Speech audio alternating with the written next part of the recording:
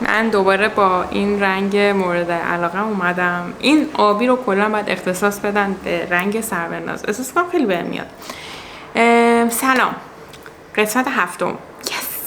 تو قسمت هفتم قرار راجع به صحبت کنیم که ما چجوری پارچه رو توی تصویرمون قرار بدیم که تصویرمون شلوغ نکنه، شلخته نباشه و توجه از سوژه اصلی که محصولمون هست بر نداره.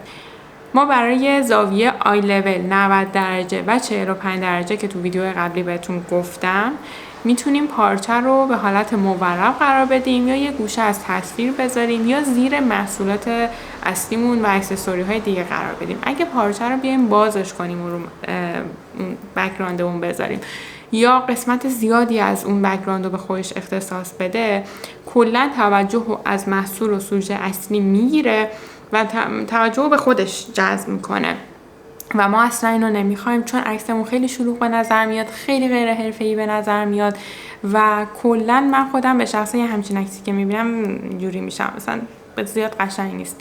اینه میمونه که شما بخوای یه پارچه ساتن بذاری بعد عکاسی رو روی اون انجام بدی، اینم کار اشتباهیه، چون پارچه ساتن یا کلا پارچه بافت داره، چروک داره و بر همینه که ما میایم از بک‌گراند استفاده میکنیم. اگرم پارچه تو تصویر اون هست فقط یک گوشه ای رو باید به خودش اختصاص بده.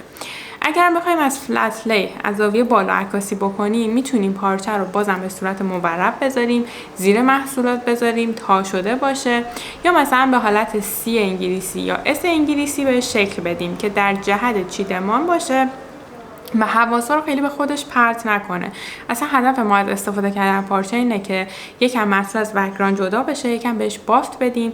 ببینیم وقتی که ما داریم از یک محصول عکاسی میکنیم تو عکاسی تبلیغاتی، مخصوص عکاسی تبلیغاتی سبک لایف استایل، هدف اینه که انگار یک تیکه از زندگی رو عکس گرفته و پستش کرده. نباید مخاطب اینطوری بفهمه که الان 1 ساعت ما وقت گذاشتیم این عکس رو گرفتیم.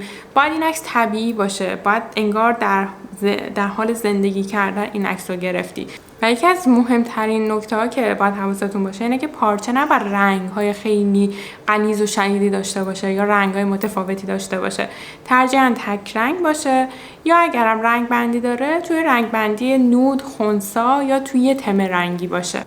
خیلی هم نباید پارچه‌تون چروک باشه، طرح شلوغی هم نباید داشته باشه. پس حواستون باشه که اگه خواستین از پارچه استفاده کنین این نکاتی که بهتون گفتم رو رعایت کنین و اگرم ویدیو قبلی رو ندیدین حتما برید ببینین که توی دکوراسیون و کادبندی و زاویه بندی و همه چی کلی نکته بهتون گفتم. تو ویدیوی بعدی میبینمتون. فعلا خدافظ.